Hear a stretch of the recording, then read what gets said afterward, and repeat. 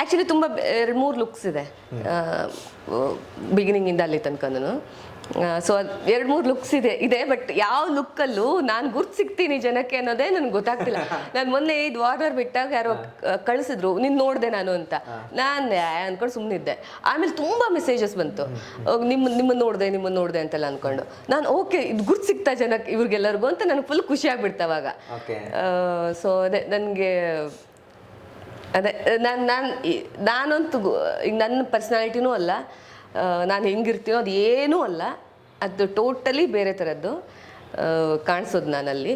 And ನಾನು ಅದೇ ಅನ್ಕೋತಿದ್ದೆ, ಸ್ಕ್ರೀನ್ಗೆ ಹೋಗಿ ಇದು ನಾನು ಅಂತ ಹೇಳ್ಕೊಂಡು ಬರ್ಬೇಕೀಗ.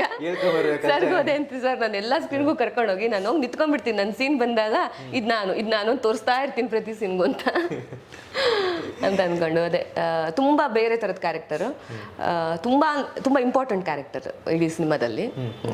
ಅದನ್ನ ಹೇಳೋಂಗಿಲ್ಲ. ಅದು ಮುಗ್ದಾದ್ಮೇಲೆ ಜನಕ್ಕೆ ಅದು ಇಷ್ಟ ಆಯ್ತು ಅಂತಂದ್ರೆ ಆ ಕ್ಯಾರೆಕ್ಟರು, ಅವಾಗ ಇನ್ನೊಂದ್ಸಲ ಮಾತಾಡ್ಬೋದು ಏನು ಅಂತ.